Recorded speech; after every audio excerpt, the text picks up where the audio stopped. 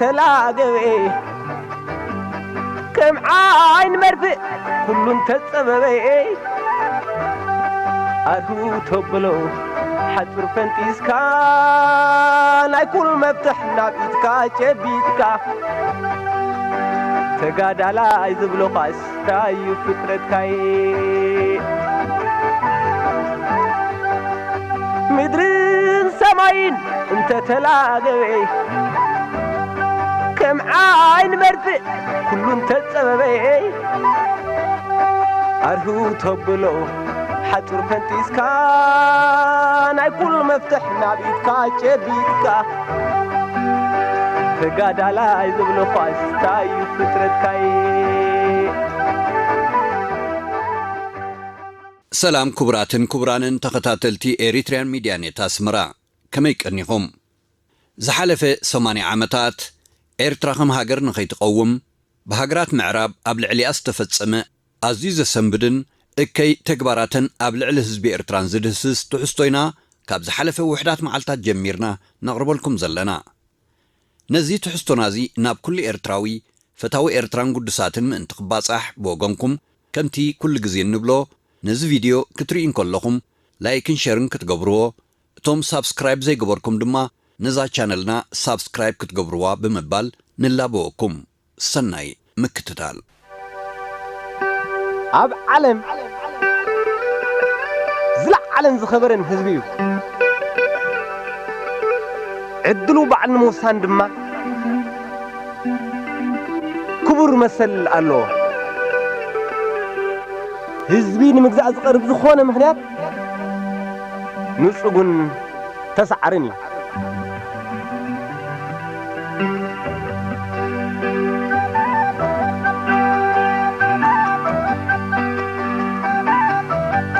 مدرين سماين انت تلاقي كم عين مرفق كل تتصببي أرهو تبلو حتر فانتيس كان كل مفتحنا بيتكا جبيتكا تقاد على يزبلو قاس تايو فترتكاي مدرين سماين انت تلاقي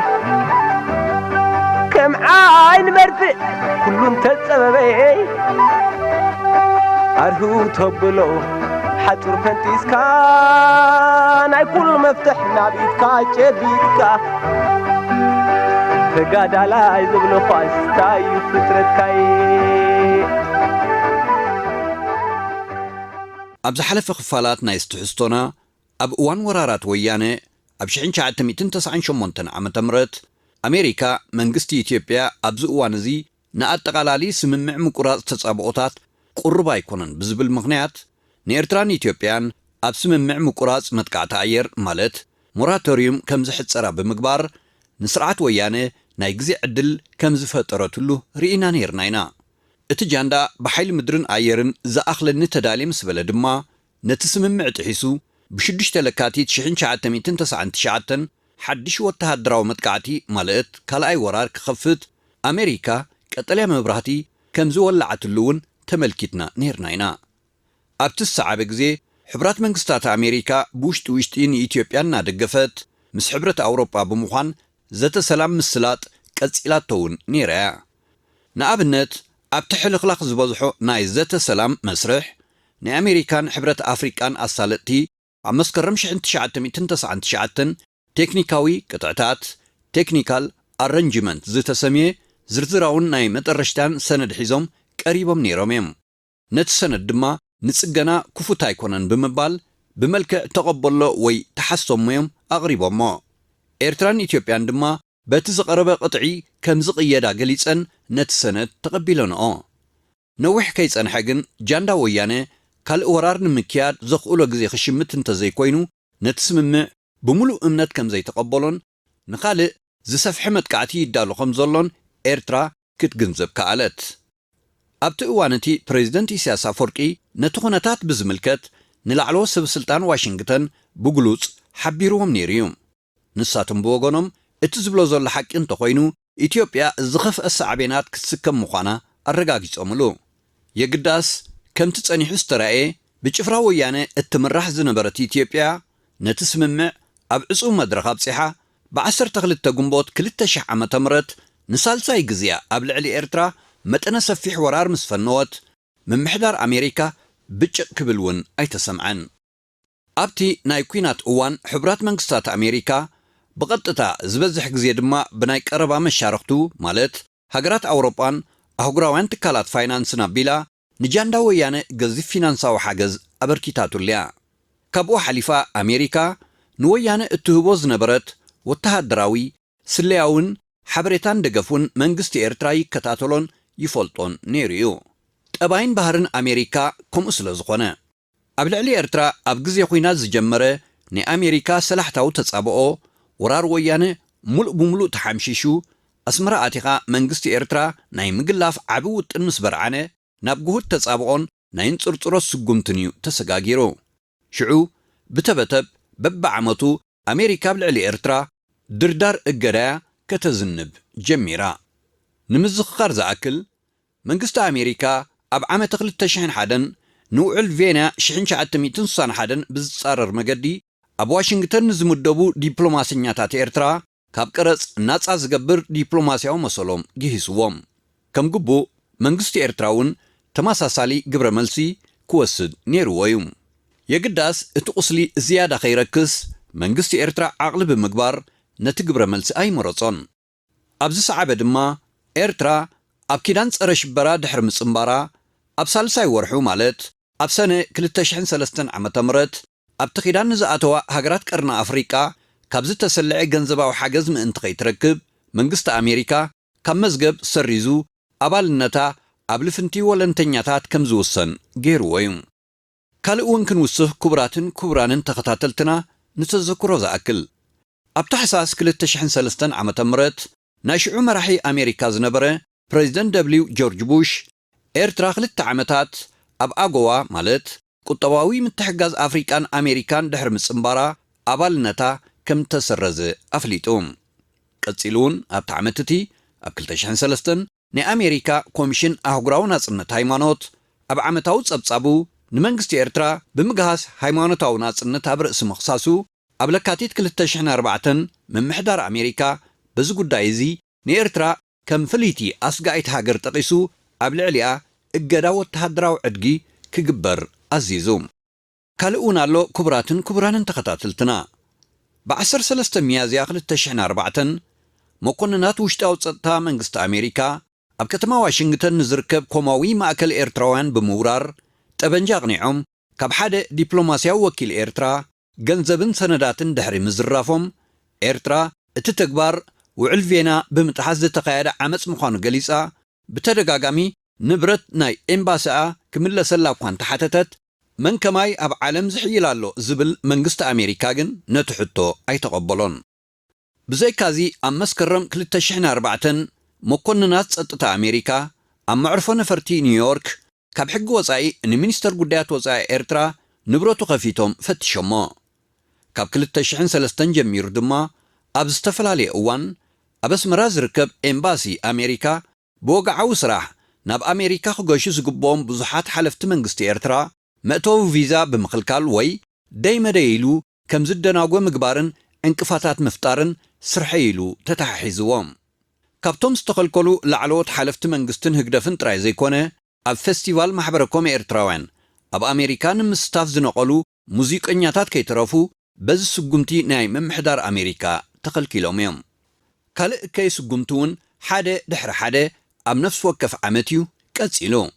ኣብ ጥሪ 2006 ተሓጋጋዚት ጸሓፊት ጉዳያት ወጻኢ ኣሜሪካ ብዘይኣፍልጦ መንግስቲ ኤርትራ ኣብቲ ብወራር ተጎቢጡ ዝነበረ ብሕጊ ናይ ኤርትራ ምዃኑ ዝተረጋገጸ ልኡላዊ መሬት ኤርትራ ባድመ ብሰበስልጣን ኢትዮጵያ ተሰንያ ዑደት ኣካይዳ። እዛ ጃንዳይ ፍሬዘር ዝተባህለት በዓልቲ ስልጣን እዚ ምግባራ ፖለቲካዊ መልእኽቱ ኢትዮጵያ ልኡላዊ መሬት ኤርትራ ምግባጣ ኣሜሪካ ከም እትድግፎ ዘመልክት እዩ ነይሩ። ንሱ ከይኣክል ጃንዳይ ፍሬዘር መጻኢ ዕድል ባድመ ዝውሰን ረፈረንደም ክካየድ እውን ብውልቃ ኣሚማ ነይራ እያ። ከም ወዲ ዓራዊት መሮር ካብ ትቕመጥ لعل عسرة عمت بريد كاب تحلقت مونكو بيربريبو وطيقواي فلتن كم تعوتا من بالحقاي قدمي كم تعوتا من مليس كاتحنن بتعبي تعاويرهم بمبارب بيسوهم نقصل تبكى بباجاني عيقب كم ورادو مرعاهنا أبول مسيوم كحقو خافتو كاتريت بنا عليه كحقو خافتو كاتريتنا عليه كحقو خامبر فتو كاتريتنا عليه كغبتوها كبر حويوم بركم سبيل كيوم فايدا يبونون مكو حناني نبحاتي وساني كغبتونا كبر حويوم بركم سبيرنا يوم فايدا يبونون مكو حناني نبحاتي وساني ክንቅጽል ክቡራትን ክቡራንን ተኸታተልቲ ኤሪትሪያን ሚድያ ኔት ኣስመራ ዝርዝራት ክፍኣትን ብድዕን ምምሕዳር ኣሜሪካ ኣብ ልዕሊ ኤርትራ ማዕለያ ይብሉን ኣብ ሓምለ 2006 ዓመተ ምህረት ኣብ ኣሜሪካ ዝተመዘዘ ሓድሽ ኣምባሳደር ኤርትራ ምስ ምክትል ጸሓፊ ጉዳያት ወጻኢ ኣሜሪካ ሓላፊ ፖለቲካዊ ጉዳያት ክላለ ቴሌፎን ኣብ ዝደወለሉ እዋን እቲ በዓል ስልጣን ኣብ ኣሜሪካ ናይ ስራሕ ግዜኻ ክሳብ እትውድእ ኣሸጋሪ ግዜ ከተሕልፍ ኢኻ ኢሉ ኣፈራሪሕዎም መንግስቲ ኤርትራ ኣብ ኤምባሲ ኣሜሪካ በስመራ ቪዛ ኦፊሰር ኮይኑ ንዝተመዘዘ ሰብ ናብ ኤርትራ መእተዊ ቪዛ ሂብዎ ኸብቅዕ ኤምባሲ ኣሜሪካ ግን ብምኽንያት ሕፅረት ሰራሕተኛታት ካብ 4 ሕዳር 2006 ዓመተ ምህረት ጀሚሩ ናይ ቪዛ ኣገልግሎት ደው ኢሉሎ ነዚ ኣገልግሎት እዚ ዝህቡ ሰራሕተኛታት ናብ ኤርትራ ከኣትዉ ኣብ ዝተፈቕደሉ እዋን ድማ እቲ ኣገልግሎት ክቕጽል ይኽብል ንሚኒስትር ጉዳያት ወጻኢ ኤርትራ ኣብ ርእሲ ምሕባሩ ነዚ ልክዕነት ዘይነበሮ ሓበሬታ ሽዑ መዓልቲ ብስም ምልክታ ኣብ መርበብ ሓበሬታ ክዝርግሖ ተራእዩ በዚ ናይ ቪዛ ኣገልግሎት ጸገማት ቤተሰቦም ንምብጻሕ ናብ ኣሜሪካ ክገሹ ዝመደቡ ኤርትራውያን መእተዊ ቪዛ ክሓቱ ናብ ናይሮብን ካይሮን ካልእን መብዛሕትኡ ግዜ ኸኣ ንዘይሰልጦም ክኸዱ ይግደዱ ነይሮም እዮም እዚ ኸኣ መንግስቲ ኣሜሪካ ኣብ ልዕሊ ህዝቢ ኤርትራ ዘለዎ ጽልእን ግፍዕን ዘርኢ ሓደ ጭቡጥ ኣብነት እዩ ካልእ እውን ኣሎ ክንቅጽል ክቡራትን ክቡራንን ኣብ ሕዳር 2006 መንግስቲ ኣሜሪካ ኣብ ዋሽንግተንን ኦክላንድን ዝርከቡ ኣባላት ኤምባሲ ኤርትራን ስድራ ቤቶምን ናይ ምንቅስቓስ ገደብ ገይሩሎም ብዘይካዚ ኣብ ጥሪ 2007 ኣብ መዕርፎ ነፈርቲ ጆን ኤፍ ኬነዲ ከተማ ኒውዮርክ ኣባላት ጸጥታ ኣሜሪካ ኣብ ልዕሊ ኣምባሳደር ኤርትራ ኣብ ውድብ ሕብራት ሃገራት ዘይሕጋዊ ጎርጓር ኣብ ርእሲ ምክያዶም ካብ ካልኦት ገየሽቲ ነጺሎም ብፍሉይ መፈተሺ መሳርሒ ከም ዝሓልፍ ገይሮሞ ዲፕሎማስያዊ መንነት ወረቐቱ እናርኣዮም እንከሎ ናይ ኢድ ሳንጡኡ ናብ ፍሉይ መፈተሺ ቦታ ወሲዶሞ እዚ ፍሉይ ተፍትሽ ብትእዛዝ ላዕሎት ሓለፍቲ ከም ተኻየደ ድማ ኣብኡ ዝነበረ ሓላፊ ጸጥታ ሓቢርዎም ብተወሳኺ ባልጅኡ ንሱ ብዘይብሉን ብዘይፈቓዱን ብሓይሊ ተኸፊቱ ከም ተፈተሸ ኣብ ኣስመራ ምስ በጽሐ ፈሊጡ እዚ ተግባር እዚ ኣብ ውዕል ጄኔቭ ዓንቀጽ 36 ሰፊሩን ዘሎ ተፍትሽ ዝምልከቶ ኣባል ዲፕሎማት ወይ ስልጣን ዝተዋህቦ ወኪሉ ኣብ ዘለወሉ ይካየድ ዝብል ኣህጉራዊ ሕጊ ብቑሉዕ ዝጥሕስ እዩ ነይሩ ብኣንጻር እዚ ኤምባሲ ኣሜሪካ በስመራ ኣብ ለካቲት 2007 ብቁፅሪ ባዶ 46 ህዝባር ባዶ 7 ኣብ ዘውፅኦ ምልክታ ኣብ ዲፕሎማቲክ ሳንጣ ዝተዓሸገ ኣብ ስራሕና ኣድላይን ንምዕዳል ቪዛ ዘገልግልን ንብረት ኤምባስና ኸይኣቱ ብቐጻሊ ዝግበር ዘሎ ምዕንቃፍ ኣብ ስራሕ ኤምባስና ጣልቃ ምትእትታው ምዃኑን ናሓበርና እዚ ጉዳይ እዚ ብኣጋ መፍትሕን ተዘይተረኺብሉ ካብ ለካቲት 14 ጀሚሩ ኤምባስና ንህዝቢ ዝህቦ ዝነበረ ኣገልግሎትን መስርሕ ምሃብ ቪዛን ከምነቋርጾ ነፍልጥ ኢሉ ምጉዕባዕን ተህዲድን ዝመልኦ ጽሑፍ ኣቕሪቡ ነይሩ ኣብ 2007 ዓመተ ምህረት ተኸታተልቲ ምምሕዳራት ኣሜሪካ ነታ ክትምርከኸሎም ዘይከኣለት ሃገር ኤርትራ እንታይ ከዘይገበርዋን ዘይዓመፅዋን ኣብ ግንቦት 2007 ዓመተ ምህረት ኤምባሲ ኣሜሪካ በስመራ ኤርትራ ካብ ኣሜሪካ ንሃገራት ኣፍሪቃ ዝወሃብ ሓገዝ ምእንቲ ከይትረክብ ኣብ ፕሮግራም ምቁፅጻር ሕማም ኤችኣይቪ ኤድስ ዝነበረ ምትሕግጋዝ ካብ 31 ግንቦት 2007 ጀሚሩ ከም ዘቋርጽ ንሚኒስትሪ ጉዳያት ወጻኢ ኤርትራ ኣፍሊጥዎም። ኣብ ሰነ 2009 ድማ ፕሬዚደንት ባራክ ኦባማ ንኤርትራ ኣብ መስርዕ ናይተን ኣብ ዘይሕጋዊ ምስግጋር ሰባት ሂማን ትራፊኪንግ ዝሳተፈ ሃገራት ትእዛዝ 1349 ዝተሰምየ ሰነድ ብምፍራም ኣብ ልዕሊ ኤርትራ ጽኑዕ ፊናንሳዊ እገዳ ክግበር ወሲኑ። ግዳ ሓቂ ግን ምምሕዳራት ኣሜሪካ እዮም ንዓኣቶም ብዝርድኦም ምኽንያት ደይመደይሎም ካብ ኤርትራ ሰባት ከም ዝሃድሙ ኣብ ምግባር ተጸሚዶም ዝነበሩን ዘለውን። እቲ በደላትን ግፍዕን ኣብ ርእሲ ኤርትራ ህዝባን መንግስታን ብምምሕዳራት ኣሜሪካ ዝተፈጸመ ማዕለያ ይብሉን። ሞንኩበይ ረብሪቡ ወፂኳ ይፈልጥን ከምትዕወት ተኣምን ብልሕኻ ኣይጐድንን ከምትዕወት ተኣምን መሊስካ ተሓንን ብትዕቢት ዓዊሮም ቡምባረ ቢጽዎም ንጉሶን ጥበብካ ብባጫ ልዒቖም ከም ወራዶ መርዓ ሆና ኣቦሉ መጺኦም ካሓኩኻ ፍጹም ካብ ትርኢት ናይ ዓለም ካሓኩኻ ፍጹም ካብ ትርኢት ናይ ዓለም ካሓኩኻ እምበር ፍጹም ካብ ትርኢት ናይ ዓለም ክጐብጡኻ ካብ ርሕጐዮም ብርኮም ሰቢልካዮም ፋይዳ ይብሉን ምኩሕ ሓናኒ ንቕሓቲ ወሳኒ ክጐብጡና ካብ ርሕጐዮም ብርኮም ሰቢርናዮም ፋይዳ ይብሉን ምኩሕ ሓናኒ ንቕሓቲ ወሳኒ ክንቅጽል ኣብ 2004 ዓመተ ምህረት መንግስቲ ኣሜሪካ ንኣባላት ኮሚሽን ስደተኛታት ሕብረት ሃገራት UNHCR ኣብ ኤርትራ ዝርከቡ መላእ ብሄረ ኩናማ ኣብ ኣሜሪካ ዕቑባ ንኽሓቱ ከተባብዕዎም ኣዋፊርዎም። እንደገና ኣብ ለካቲት 2009 ቤት ጽሕፈት ስደተኛታት ክፍሊ ጉዳያት ወጻኢ ኣሜሪካ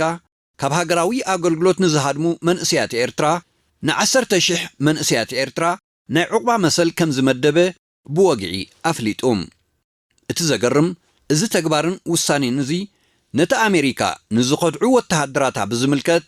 እትኽተሎ ሕጋጋት ብቐጥታ ዝጻረር ስጉምቲ እዩ። ሚኒስትሪ ምክልኻል ኣሜሪካ ፔንታጎን ካብ ዒራቅ ኣፍጋኒስታንን ካልኦት ናይ ውግእ ዞባታትን ሃዲሞም ኣብ ሳልሳይ ሃገር ዕቑባ ዝሓተቱ ወተሃደራቱ ናብ ፍርዲ ንምቕራብ ነተን ሃገራት ከስተልምኦም ጸቕጢ ዝገብር። ኣብ ጉዳይ ኤርትራ ክበጽሕ ግን ተገላቢጦሽ ዝኾነ ውሳኔ እዮም ዝወስዱ ምምሕዳራት ኣሜሪካ። እዚ እውን ንኤርትራ ንምንብርካኽ ምዃኑ ስለ ዝፍለጥ መንግስትን ህዝብን ኤርትራ ጽንኩርነት እውን ዋላ ይሃልዎ ነዚ ከምዚ ዝበለ ጸገም እዚ ብኸመይ ይሰግርዎ ይፈልጡ እዮም። ሕብራት መንግስታት ኣሜሪካን መሻርክታን ብዘይካዚ ኣብ ኤርትራ ንሃገራት ምዕራብ ኩባንያታት ወፍሪ ከይገብራ ኣብ ርእሲ ምኽልካል ነቲ ኣብ ቢሻ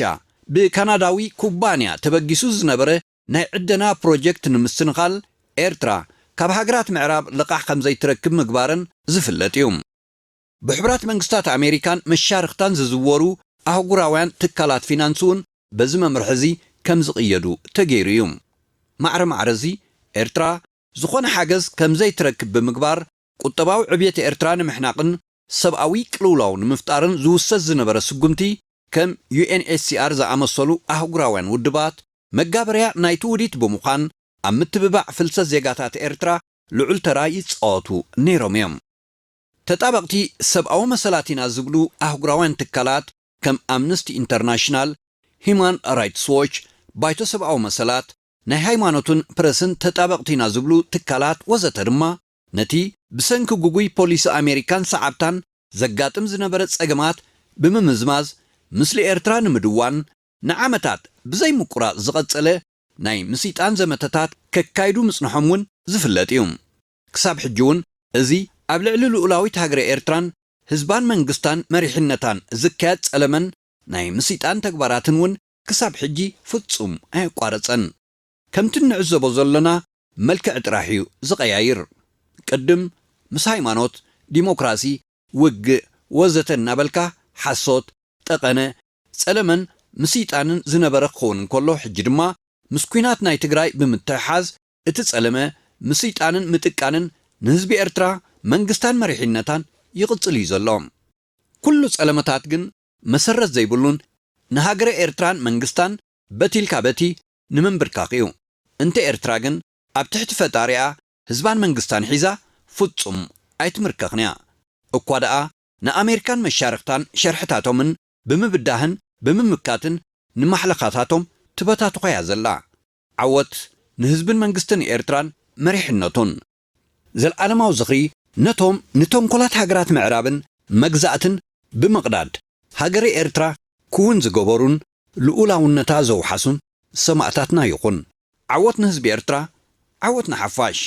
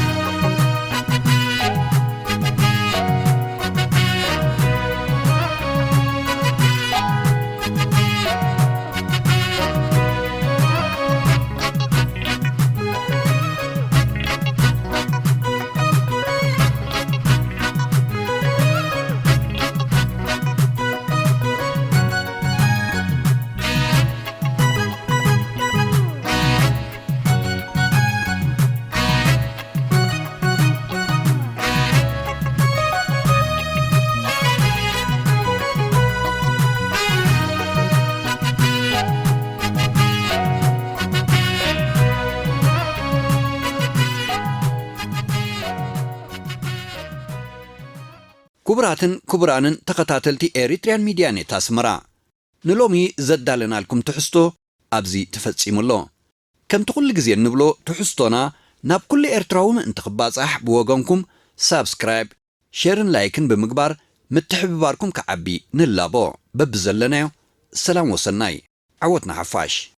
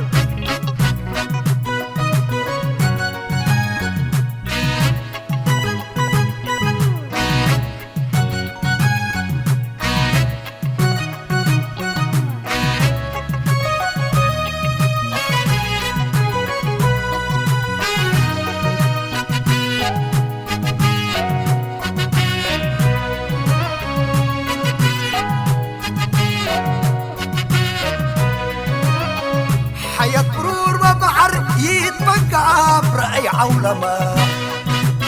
التويت رادعت حكومة أمان فرقت حرما يتال رويو بالماحقو أمما يبدل قول وحزوتي جارما ويلا تمتما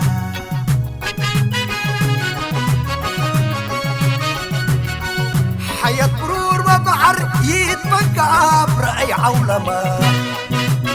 التويت رادعت حكومة أمان فرقت حرمان يتال رويو بالماحقو أمما يبدل قول وحزوتي جارما ويلا تمتما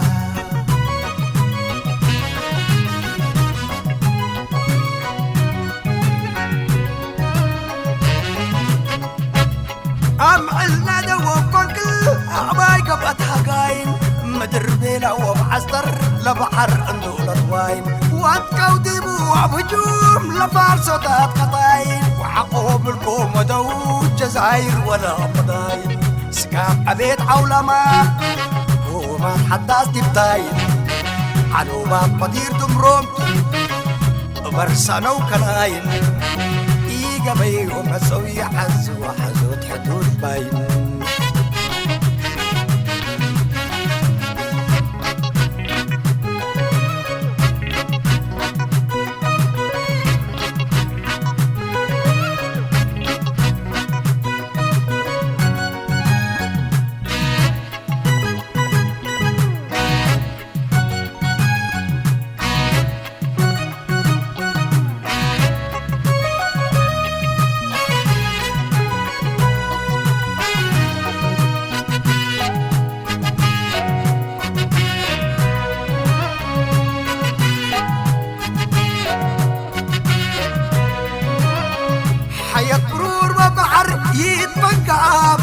عولما التويت رادعت حكومة أمان فردت حرمة يتالرو يوم المحقو أمما يبدل غول وحزوتي جارما بلا تبتما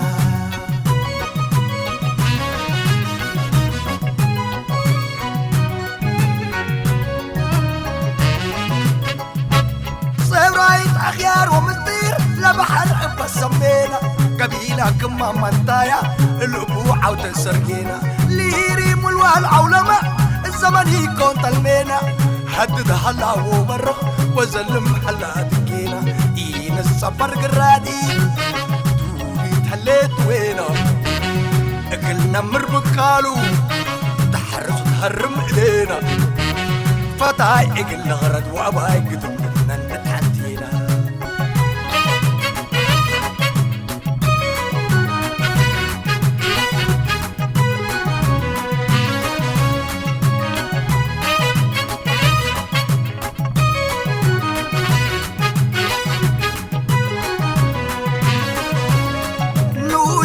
بينا ردالي برورنا وبحرنا قنت ليه يومك ما ماري قلوبنا حتى لقى عمان نتالي برورنا وبحرنا نقبلو نوشنا وبينا نتكللو قبيلنا من دبلو ودايو من أمرو تاريخ فسرو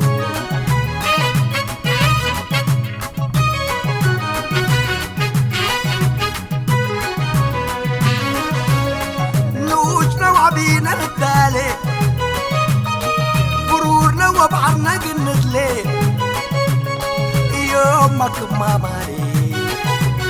قلوبنا حتى لقى عمان نتالي برورنا وبحرنا نقملو نوشنا وبينا نتكللو قبيلنا من دبلو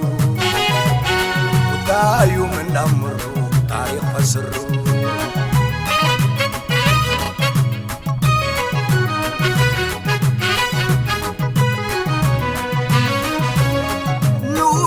بينا ردالي